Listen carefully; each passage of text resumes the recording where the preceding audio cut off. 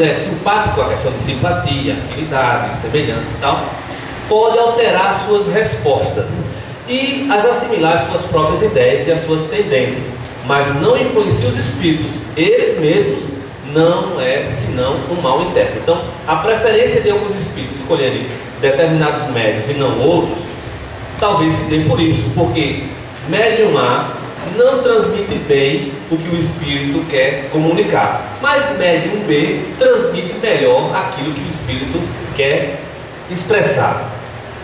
Kardec pergunta se não é essa a causa de preferência de alguns espíritos em relação a alguns médiuns. Ele diz que não há outra.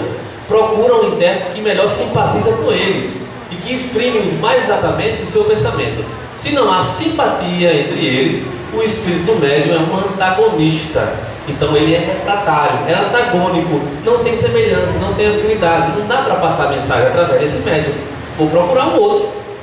E assim somos nós podemos estar sendo, certamente somos, refratários, antagonistas em relação a determinados espíritos. Podemos atrair e também podemos afastar, porque as nossas ideias não combinam. O nosso pensar, o nosso agir, o nosso sentir, a nossa sensibilidade, o nosso ser total, porque nós não somos apenas o corpo. Dizer que nós não temos, nós somos espíritos e temos um corpo, essa expressão ela encaixa bem. Quando a gente diz isso, eu sou um espírito e tenho um corpo, não é excluir o corpo, não é desconsiderar o corpo e todas as suas funções, toda a sua importância, as suas dificuldades e facilidades. Não é isso. É reforçar que nós somos mais do que o corpo, nós somos um espírito, nós somos imortais. É através das relações mente a mente, espírito a espírito, que as coisas acontecem, seja no mundo físico, seja no mundo extrafísico. Então, isso é o valor que se dá à dimensão do que é espírito, mais o preponderante em relação ao que é matéria, unicamente. Mas a sua colocação foi boa, Afonso. Tudo isso serve para a gente aumentar o nosso conhecimento, né? Sobre a questão da possessão. É muito importante, na Revista Espírita tem um tratado praticamente sobre a possessão, as obsessões, né? E mais tarde Kardec vai considerar esse subjugar-se temporário, ou seja, o espírito pode passar um certo tempo subjugando o outro, né? Muitos casos de obsessão, de doença psiquiátrica estão envolvidos também nesses casos de possessões, né? Que de tanta ação que o espírito possa fazer sobre o outro, de ação maldosa, ruim, perversa, o médium, o aparelho psíquico, a mente, acaba tendo seus prejuízos e reflete no seu corpo, né? Muito bem, mas temos que entrar na questão que eu quero trazer. Me deixa um instantinho para mudar aqui.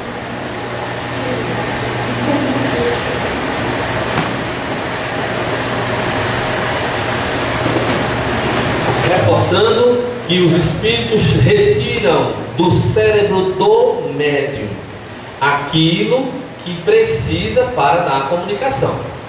O cérebro do médium é o elemento fundamental para a comunicação mediúnica. Aí nós vamos ter um aprofundamento desse conhecimento, né? A partir, vou pular isso aqui, está falando sobre incorporação, porque não é incorporação. Orlando Pires vai dizer que é interpenetração psíquica. O que se dá não é uma incorporação, mas uma interpenetração psíquica, como a luz atravessando a vidraça.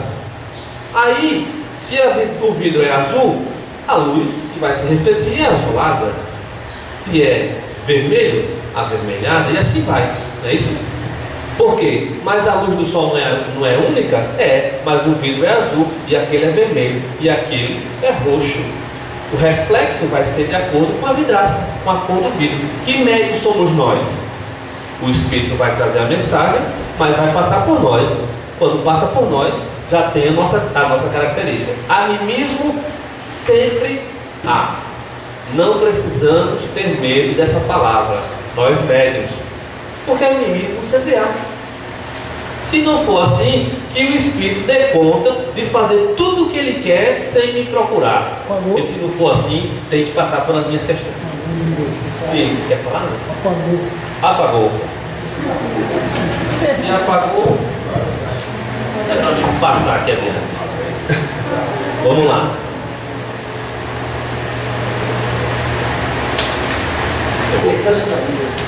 Perdi a sintonia, olha aí.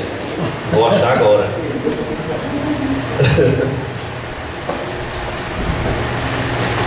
Os processos biológicos agora, a fenomenologia biopsíquica da mediunidade. Um estudo realizado pela Associação Médica Espírita de São Paulo, com 700 médiuns. Se isso fosse transformado numa pesquisa científica, que isso ainda não é transformado numa pesquisa científica, esse como é que se fala a expressão, meu Deus? Quadro estatístico não, me ajudem, por favor. Pesquisa. Mas é o grupo de pesquisa, é uma expressãozinha da ciência, agora também me foge a expressão.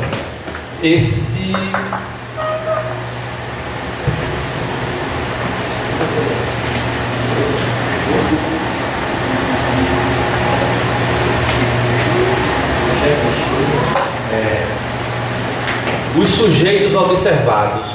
sujeitos observados, né? O score. 700 médios para uma pesquisa é muito sujeito observado, são 700. E o que foi que foram observados? Já está aí? Pronto. Foram observados o seguinte: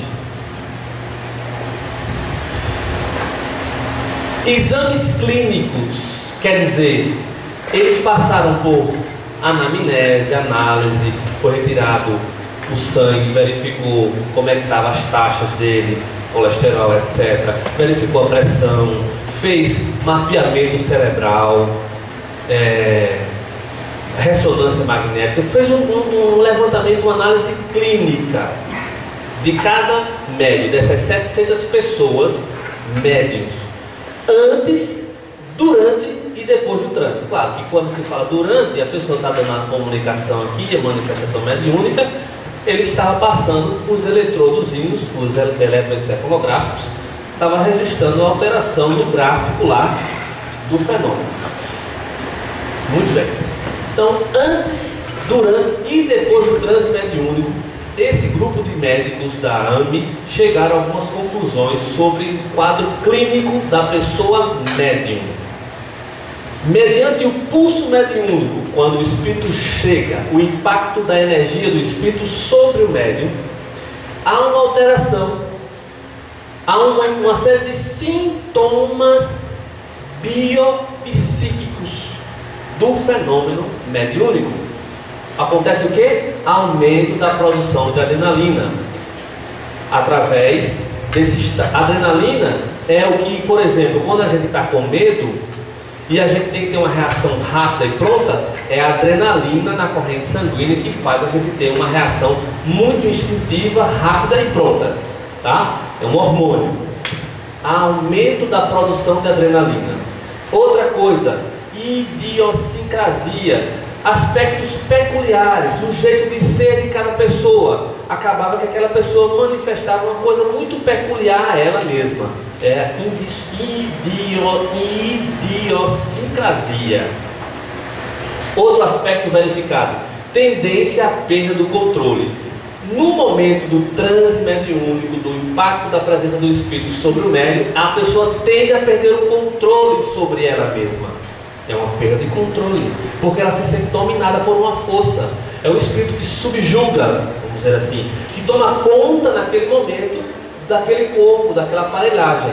Então ela tende a perder o controle. Outro aspecto orgânico, do ponto de vista orgânico, tudo isso são orgânicos.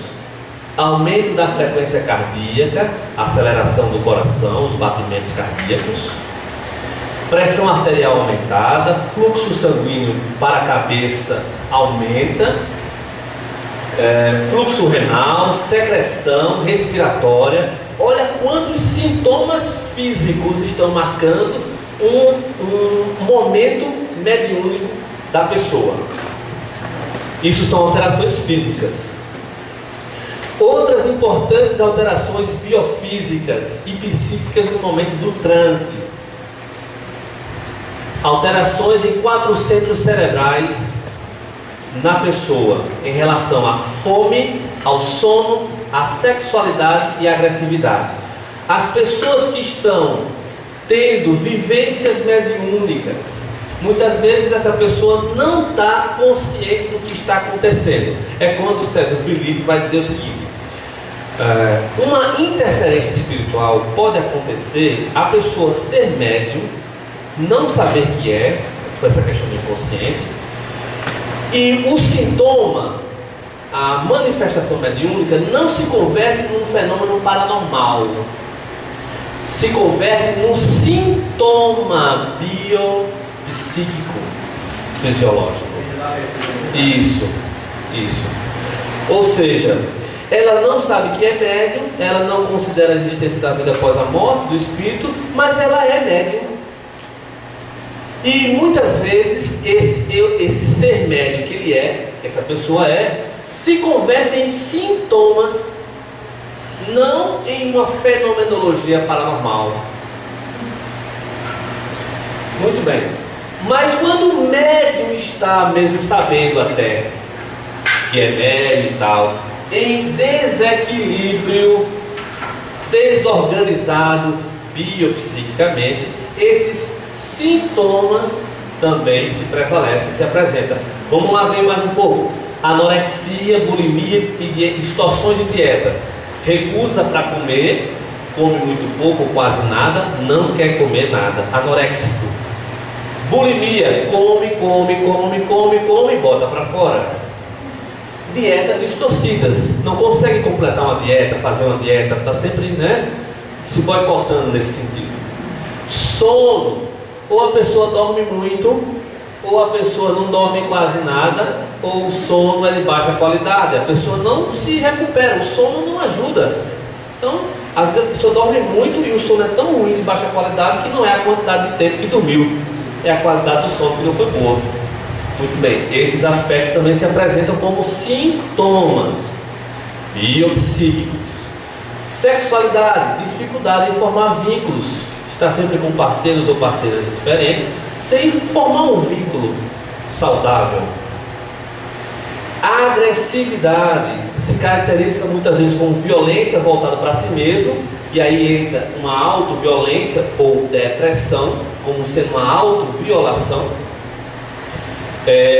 Fobias, que são os medos, as fragilizações, depressão, doenças autoimunes, degenerativas, mau humor, rejeições. Veja, a pessoa, ela pode ser médium, não saber que é, e inconscientemente ela está sendo somente deixando que o fenômeno aconteça como um sintoma físico-biológico, né? Muito bem. Isso ocorre muito quando está despertando a mediunidade. Também, isso. Muitas vezes nós somos chamados por essa porta, até para a casa espírita, né? A entender um pouquinho isso, como se diz, pela dor.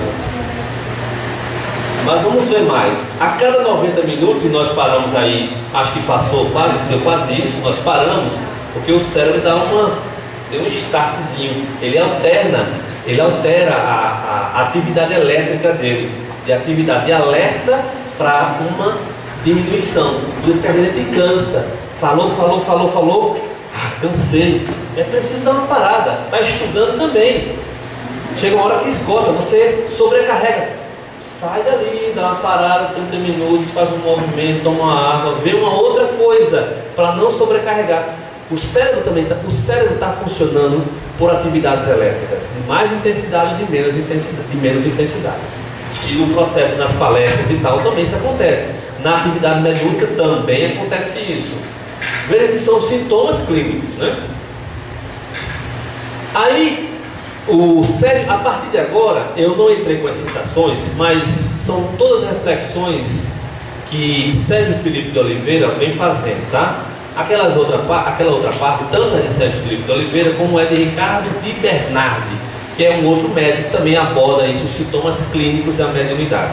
Porém, o estudo é coordenado por Sérgio Filipe de Oliveira, da Associação Médica Espírita de São Paulo, tá? Ele é o coordenador do Hospital das Clínicas, que tem um departamento que vai trabalhar as questões mediúnicas e espirituais no Hospital das Clínicas. Então é um trabalho sério e de profundidade, de respaldo não se transformou ainda numa, talvez pelo meu desconhecimento também, num artigo científico, talvez pelas dificuldades de inserir isso na academia também, né? Muito bem. Esse pensador, esse matemático, físico e ligado mais à matemática, diz o seguinte: o nosso cérebro, sendo um computador, a consciência certamente não vem dele, porque existe uma ideia de que a consciência é gerada pelo cérebro. Existem estudos neuropsiquiatras e neurocientistas que falam que a consciência da pessoa é gerada pela atividade cerebral. Mas esse cidadão diz que se o nosso cérebro é um computador, a consciência vem de fora, não vem do computador, assim como, né, está no programador que está fora dele, ou seja, é um metasistema. Aí ele fala aqui, o cérebro seria um arquivador, uma CPU, um computador que viria de um programador que é um espírito. Então veja, aqui está o computador, notebook. Nesse computador tem os programas que são necessários para o funcionamento, para que esse material seja projetado. Se nesse computador não existir os programas que foram colocados aí por um programador, ele não se fez a si mesmo. Se não tem o Word, se não tem o PowerPoint, não tem como passar slides. É preciso que tenha o arquivo do Windows, Word, Excel, para que apareça o conteúdo. Então o cérebro é como um arquivo que guarda essas informações, e as estruturas cerebrais irão ser utilizadas pelos espíritos nos momentos das comunicações mediúnicas. Quando Kardec falava lá, o elemento, tiramos os elementos necessários do cérebro do médium.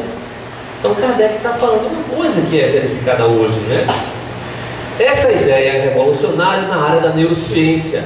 Na verdade, a nossa consciência não vem do corpo, mas este seria o transdutor dela. O corpo é importante, mas a consciência não vem do corpo,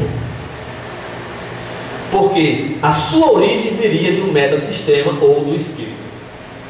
Então aqui veja só, aí entra uma questão que cada vez mais vai se aproximando de respostas mais precisas com relação àquela pergunta inicial. Sérgio Felipe diz: a mediunidade é uma função de sensopercepção. Sua visão sobre Chico Xavier, assim, porque ele foi aqui na Terra, né, assim, trabalhou muito tempo sempre, paralelo com os estudos que ele fazia no Espiritismo, trabalhava incessantemente, né, escreveu 412 livros, e no programa ele fala que tem livro que ele não sabe do que se trata aquele assunto. Como é que isso funciona? É por conta da mediunidade dele, de psicografia, que não necessita acessar o conhecimento do médium para poder transmitir a informação que ele quer. A gente sabe que Chico Xavier, ele foi no início analfabeto, depois ele não foi mais analfabeto, ele foi ensinado, ele aprendeu e ele se alfabetizou e deu show, né? Então, inicialmente, nessa existência, Chico Xavier, quando estava encarnado, quando os processos começaram, ele era analfabeto, ele não sabia escrever. Mas tem um detalhe: ele é um espírito, e ele trazia os elementos que no seu perispírito também estavam sendo impregnados nessa existência. Então, os espíritos dizem: quando a gente procura um médium que não tem os elementos nessa existência cerebrais, os conhecimentos, o saber disponível para a manifestação, a gente procura ver se esse espírito, se esse médium tem esse conhecimento passado, porque alguma coisa ele tem que ter. Ele não pode ser considerado analfabeto em termos de espírito, somente em termos de existência atual, não em termos do espírito que ele era. Então ele tinha conhecimento e conteúdo enquanto espírito, é claro que tinha que ter, porque a comunicação é espírito a espírito. Agora, nessa existência, nós não esquecemos de uma série de questões, esquecemos com muita facilidade, a gente percebe isso. Se eu perguntar para você o que você estava fazendo no sábado, dia 27 de abril, quando você tinha 2 anos de idade, me diga agora. Vocês são mudados? Estava chorando, não foi? É suposto apenas. Então não dá para dizer isso agora. Vamos dizer que você me dê mais um tempinho aí, Caio, que eu vou descobrir e vou dar essa resposta. Aí pode ser que você acesse as informações que estão dentro de você. Ou você não teve 2 anos? Teve. Eu tive, você teve, todo mundo teve. Mas eu não lembro. Eu não tenho consciência disso agora. Mas eu sei. Eu vou fazendo um esforço. Aí eu digo, eu me lembro quando eu tinha 5 anos, eu fiz isso, eu fiz aquilo. Entende? E às vezes um detalhe. Quando algo marca significativamente a pessoa, aquela marca fica firme e forte na gente, e isso fica passando. Se for um problema, um trauma, uma dificuldade, enquanto a gente não resolve, aquilo permanece, consome energia, consome espaço psíquico da gente. Mas eu digo assim, porque ele no fim da folha ele falou, né? Eu não sei se eu encontro o momento, os pedidos chegando também, da caminhada, ele traz uma simplicidade e uma humildade de falar que ele não conhecia a situação. Sim, não, eu acredito isso. Ele não conhecia nessa existência, mas isso não significa dizer que ele não sabia. No arquivo dele, o Espírito utiliza-se da linguagem, das palavras que ele tem arquivado nele enquanto Espírito através do perispírito. Lembre-se que no que a gente tem falado até aqui, o perispírito é a chave, mas a mediunidade não é do corpo a rigor, mas é do espírito, mas é condicionada pelo corpo, passa pelo corpo, o registro cerebral. Uma pessoa que tem mediunidade de cura e tem um conhecimento de ervas que a gente não tem, de onde essa pessoa que é muitas vezes criada na roça e tem um saber assim que extrapola o comum, ela tem que ter algum arquivo nela, algum conhecimento inato, é a chamada as ideias inatas, né? A história de cada um, ela traz isso. Isso é tão marcante, tão forte que ela traz de maneira natural. Agora, quando chega nessa existência, se ela não trabalha, se ela não reforça isso, ela perde um pouco isso fica esquecido. Mas se ela volta a estimular e a trabalhar, isso aflora. É como se abrisse uma telazinha que começa a fluir, a passar alguns arquivos do passado. Né? Tem pessoas que têm experiência chamada de déjà vu, ou seja, já visto, né? Déjà vu, já visto. Chega no ambiente e tem aquele insight. Espera lá, eu já vi isso antes, essa pessoa, essa circunstância, né? O que é aquilo, se não uma experiência fora do corpo, ou de um passado distante, ou de um passado recente, mas uma experiência fora do corpo, que não é daquele instante aqui agora, mas o registro da memória cerebral é como se fosse, né? O papel do Emmanuel como mentor, aí tem uma relação dele com o Chico Xavier.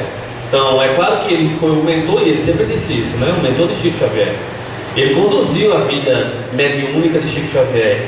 Claro que Emmanuel tem o seu comprometimento, eu diria, espiritual também. Mesmo sendo mais evoluído, mais... essa expressão, enfim, mais evoluído que Chico, vamos dizer assim, né? Superior, né?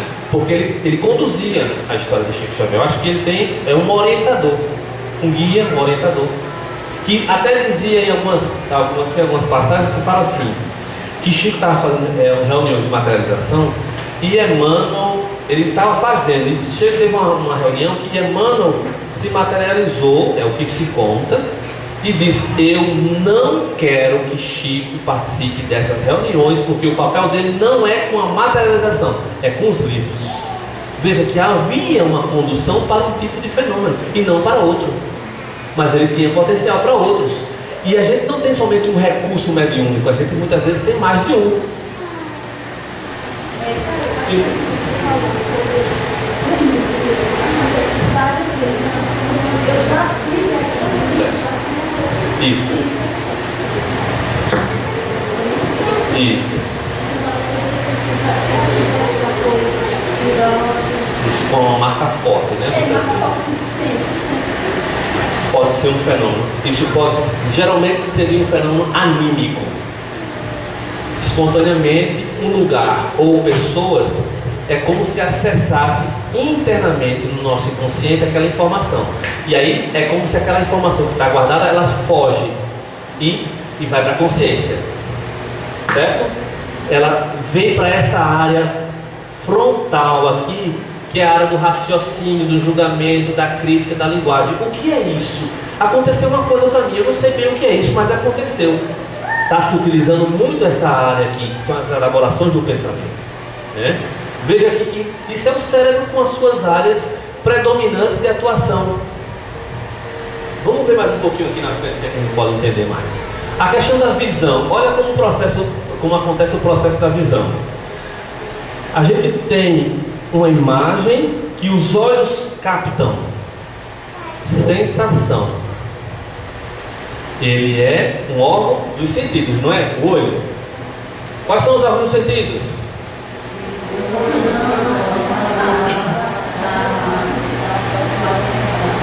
E parece que tem muito mais, viu? Mas esse é o que a gente consegue falar da mão, dos 5 sentidos.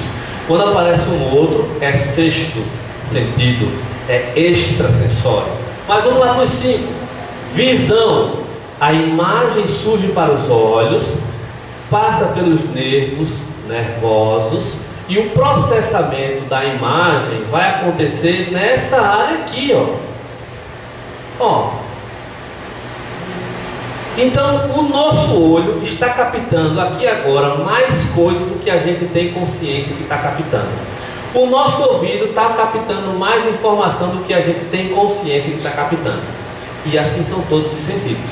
Porém, só processamos aquilo que nos interessa, tá?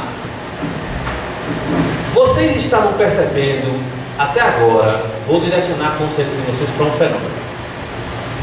Quem pode me dizer agora de maneira rápida, relativamente rápida, que até poucos instantes tinha uma pessoa fazendo um barulho ali perto desse material aqui, dessa tribuna? Quem ouviu um barulhinho perto da tribuna? Quem ouviu? Você ouviu. Você ouviu. Você estava mais longe. Eu estava ouvindo. A Isadora estava brincando, mexendo. Mas por que os outros não perceberam?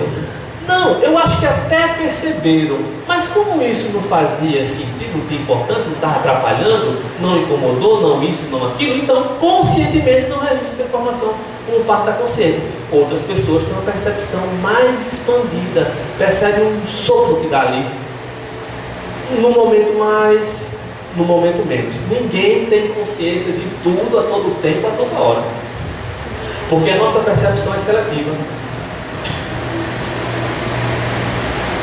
Tem mais aqui. Então, passa por aqui e vai lá para trás. Muito bem. A área pré-frontal, né, que é a área do processamento, das elaborações. Eu vou pular isso aqui um pouquinho por causa do nosso tempo. Depois, filhota. Isadora está participando agora visualmente, né? Ela está mexendo ali no cursor, não sou eu. Ela está querendo participar, né? Muito bem. Mas só faça isso, viu, filha? Aqui é a glândula pineal. Isso é o que a gente tem na nossa cabeça. Está aumentado inúmeras vezes, tá? Inúmeras vezes. Ela está localizada no meio do cérebro, né? Mais ou menos aqui, na altura dos olhos. Ela é um órgão cronobiológico. Todos nós funcionamos, abrimos a boca, estou com sono, está baixando, a luz está deixando de incidir sobre os olhos. Começa a me dar aquela sensação de sono, o funcionamento do sono, a liberação de melatonina, e aí vai com o processo do cronos, tempo biológico. Natural, todo ser humano faz esse processamento. E outras coisas mais. Então, a glândula pineal capta as radiações do Sol e da Lua, obedece aos chamados icebergs, os elementos externos que reagem à noção do tempo, que é isso que a gente estava falando agora. Aí, Sérgio Felipe diz assim: faz sentido perguntarmos, será que a parte da quarta dimensão, a partir da quarta dimensão, já existe vida espiritual? Por que quarta dimensão? Porque nós vivemos em 3 dimensões, não é isso? Então, por exemplo, se fosse um ser superficiano,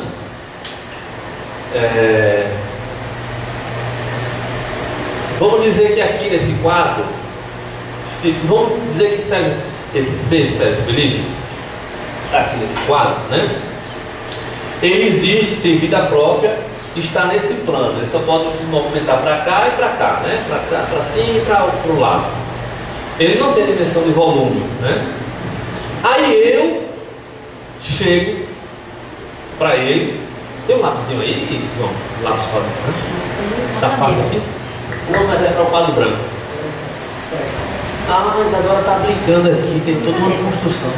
Não, é para escrever no quadro. Opa, filha, não mexa aí, tá bom, amor? Senão vai dar surpresa do papai aqui. Não mexa não, certo? Eu vou pegar só um quadro branco para dar um exemplo aqui. Ele tem vida própria, vamos supor, né? Tem vida própria, ele está vendo o que acontece aqui, as letras e tal. Mas quando de repente, se tiver. Ele subiu, está pegando uma na gaveta.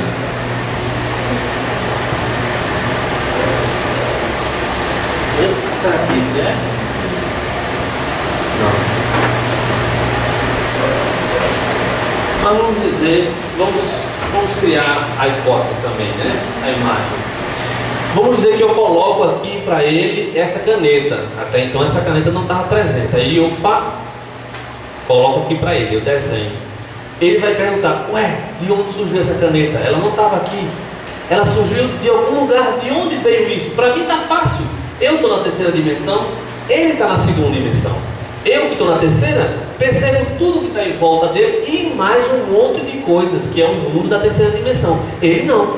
Ele só percebe o que acontece nesse mundo, nesse quadro. E eu chego e coloco. Para ele isso é um objeto estranho. E ele pode dizer, estou alucinando, estou pirando. Como pode isso, com volume, aparecer aqui, etc e tal. Aí eu vou e digo para ele, você quer descobrir o mundo da terceira dimensão? Quem é você que está falando comigo? Eu sou um cara da terceira dimensão, meu nome é Caio, etc e tal. E ele existe, isso existe. Venha. Aí eu desloco ele daqui e digo, solto ele. Meu Deus, existe esse mundo, como ele é diferente, como é bonito.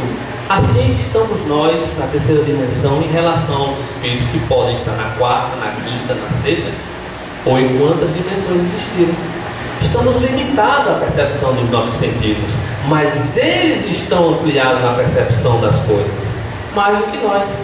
Então nós somos, para os espíritos, o que Sérgio Felipe é para mim, que estou na terceira dimensão. Essa percepção se amplia na outra dimensão, seria a quarta dimensão. A pineal seria, é a única estrutura do corpo que transpõe essa dimensão, essas três dimensões. Ela vai para a quarta, porque ela fala do tempo, das coisas cronobiológicas, que é capaz de captar informações que estão além da nossa dimensão. Tudo bem, sem problema. Os animais também têm a glândula pineal, ou complexo da pineal, que são fotorreceptores. Veja, esse é um peixe com a cabeça translúcida. A pineal incide diretamente sobre a cabeça. No nosso caso, não. A pineal é mais ativada através dos nossos receptores, que são os olhos. No caso do peixe com cabeça translúcida, a pineal é acionada diretamente como fotorreceptores na estrutura da pineal. Nós já somos um processo evolutivo em termos cerebrais. Isso aí é fácil, nós sabemos, porque nós estudamos um pouquinho sobre isso, e a gente faz parte da evolução da espécie. Então o nosso cérebro, o nosso equipamento cerebral é um processo evolutivo. Mas a pineal é considerada como um terceiro olho, literalmente. Então, no meio da nossa cabeça tem uma glândula, e essa é a perspectiva de Sérgio Felipe de Oliveira, dos estudos que ele está fazendo. E essa glândula tem relação direta com a ligação entre a mente e o corpo, o espírito e o corpo. Tá? É como o terceiro olho. Na tradição dos hindus e esotéricos do Oriente, esse aspecto do terceiro olho, esse chakra, esse centro de força, comanda ajna.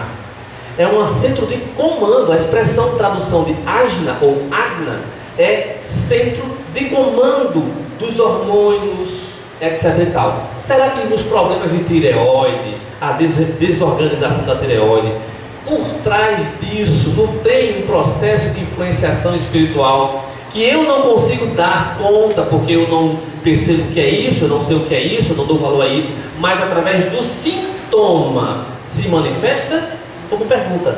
Então, essas questões biológicas e psíquicas estão sempre se envolvendo uma coisa na outra. Aqui está uma outra estrutura do cérebro cortado, né? Onde a glândula pineal está aqui. Veja, aquela foto era aumentada. Aqui já é uma foto mais aumentada, mas menorzinha. Mas dá para ver que é a glândula pineal, a estrutura cerebral. Outra foto da pineal, né? Para a gente ter a noção onde está localizado. A parte de trás do nosso cérebro, a parte da frente do nosso cérebro. E de trás, parte da frente. Aqui uma tomografia, onde esse pontinho branco aqui da tomografia é a glândula pineal e onde está presente as calcificações do processo de biomineralização dos cristais de apatita, onde ele fala aqui que ele vai falar mais na frente, né? Ele diz aqui, ó, veja que é 25 vezes aumentada essa imagem, já com corte. Ele trabalha, ele corta, ele vê a estrutura da pineal. Aqui tem esses objetozinhos, essas calcificações, esses cristais, são biomineralizações.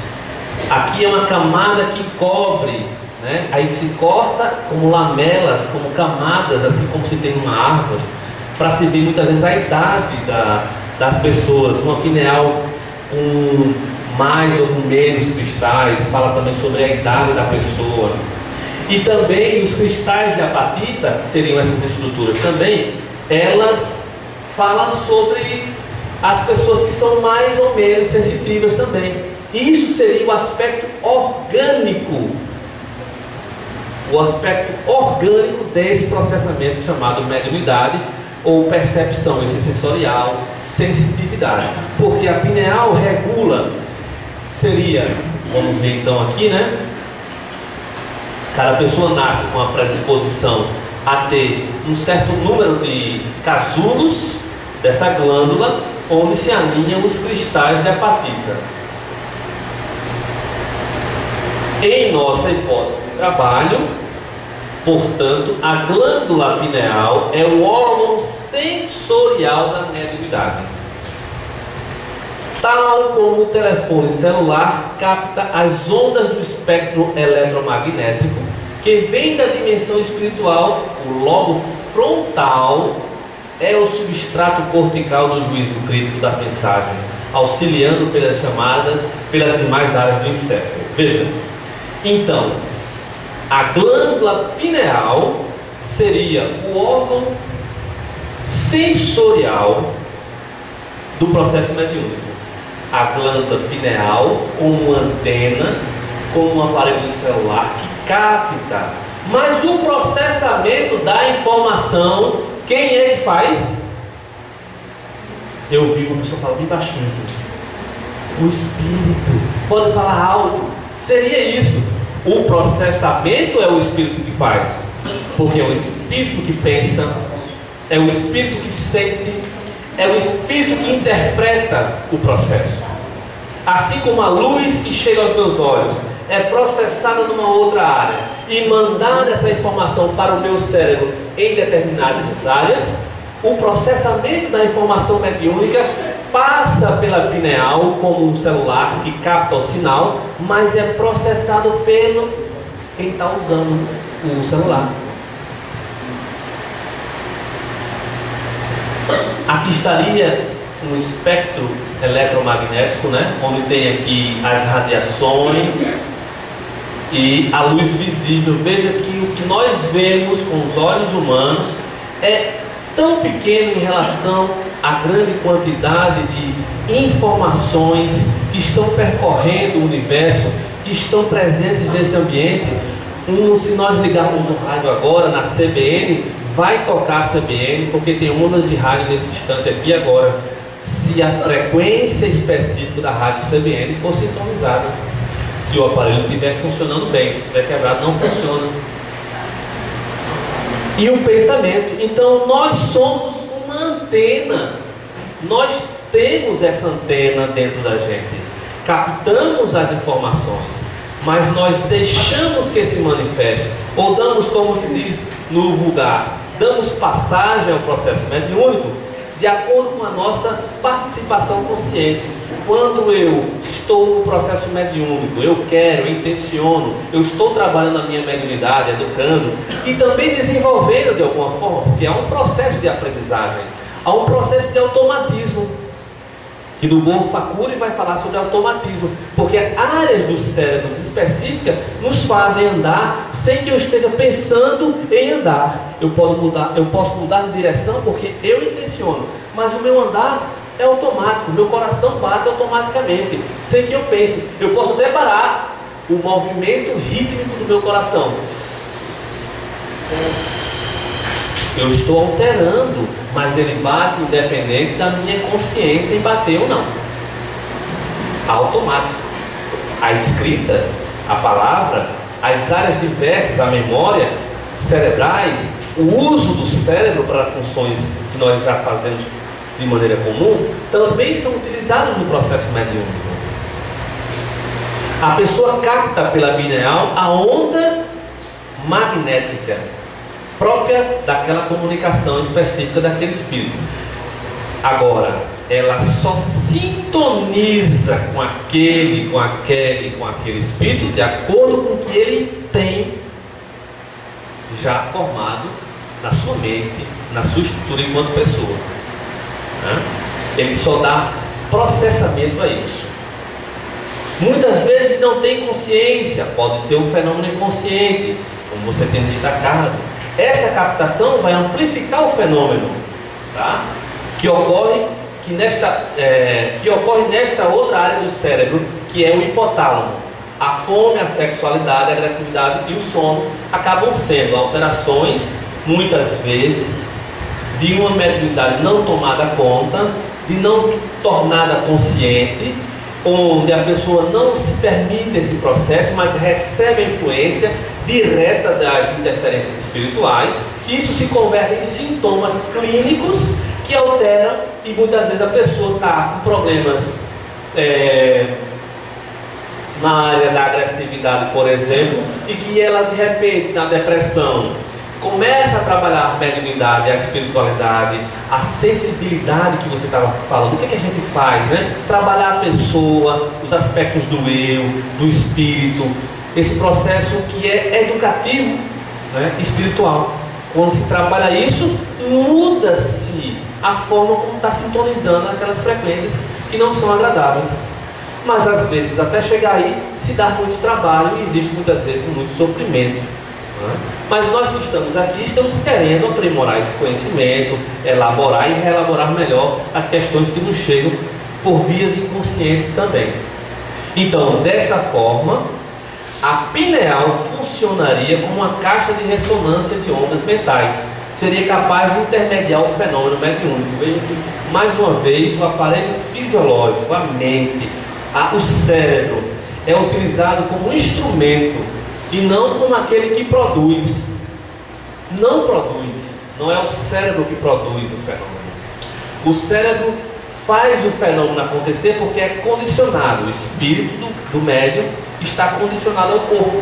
Ele precisa das funções do corpo, mas é a interferência espiritual que produz e utiliza-se desse material para fazer acontecer a fenomenologia mediúnica.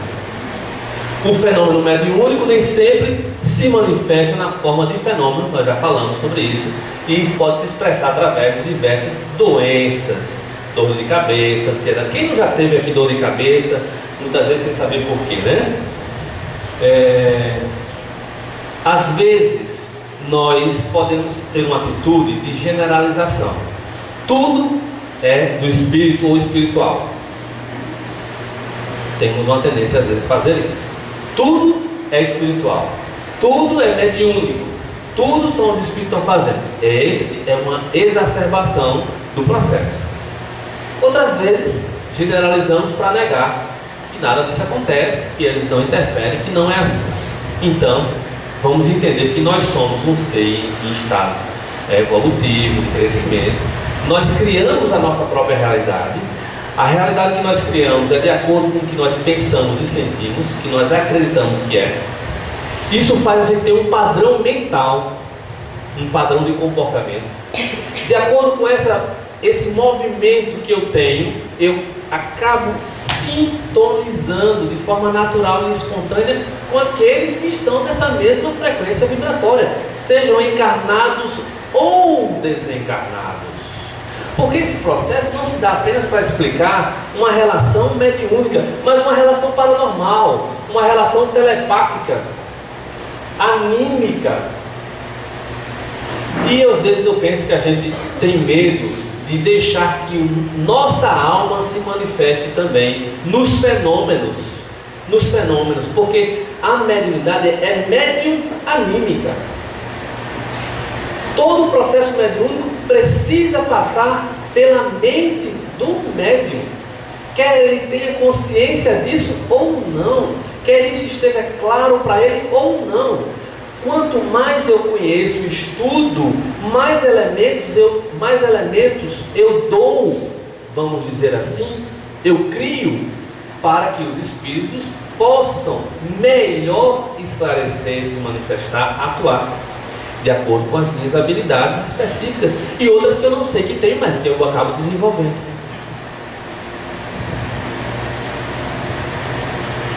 Aí, Sérgio Felipe define que a mediunidade está ligada a uma questão de senso-percepção. É uma função de senso, porque capta, e de percepção, porque faz o juízo crítico, o julgamento. Mais uma vez, a mediunidade é uma função de senso-percepção. Então, a mediunidade é uma função humana. Pergunto a vocês, nós estamos terminando, e queria também ouvir com vocês, se vocês querem falar mais alguma coisa, com relação à primeira pergunta. E aí? E aí? A mediunidade é uma percepção como o olfato, a audição e outras percepções humanas? O que é mediunidade afinal? Será que a gente pode... Será que alguma coisa eu consegui, vamos dizer assim, transmitir, traduzir, refletir, que possa ser devolvido como um processamento consciente de um ensino e de uma aprendizagem? Posso também não ter conseguido, claro, essa possibilidade está presente, né?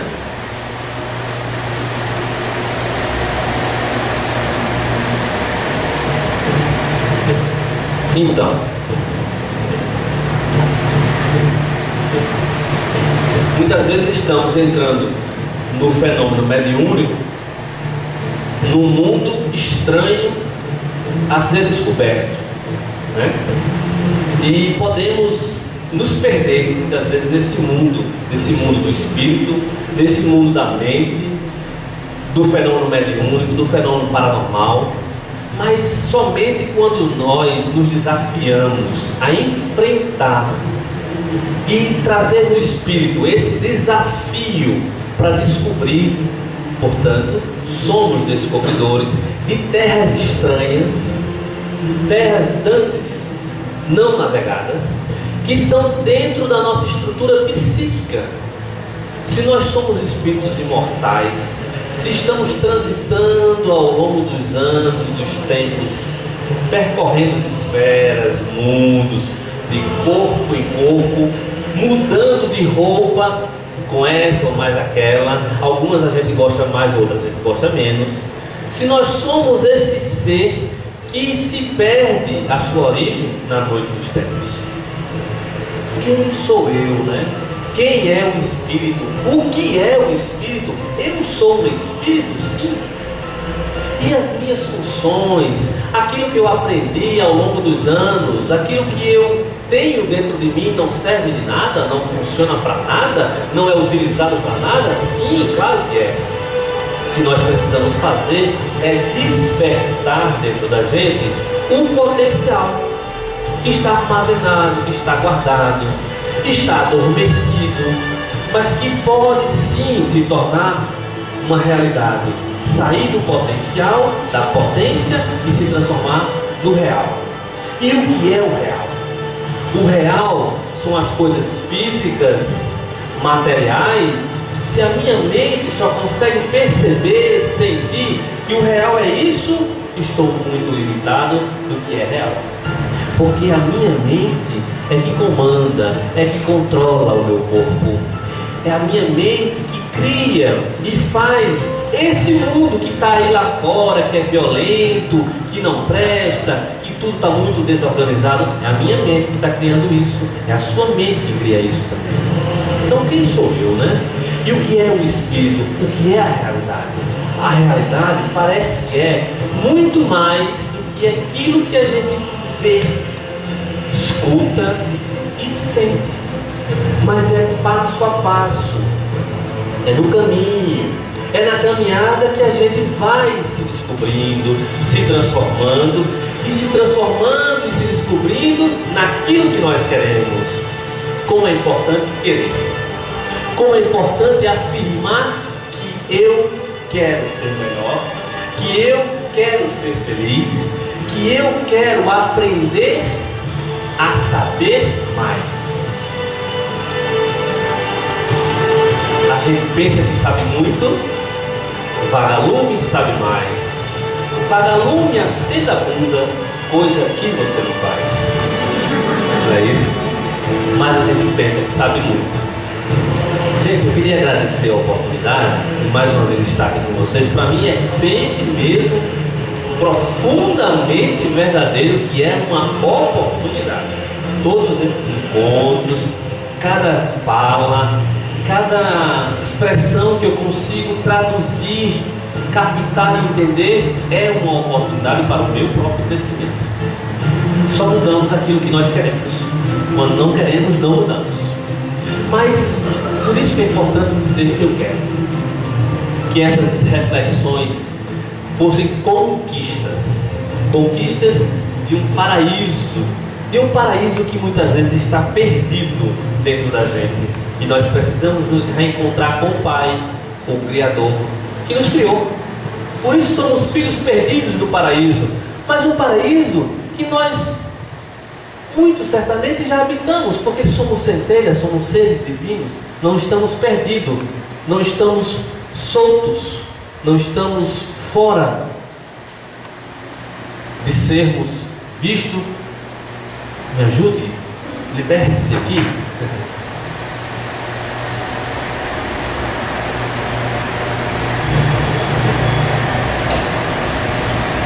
Onde começa e onde termina as nossas indagações, as nossas reflexões, os nossos desejos, o nosso aprimoramento, o nosso enriquecimento. Eu agradeço, muita paz, saúde, amor e esperança sempre. Graças a Deus.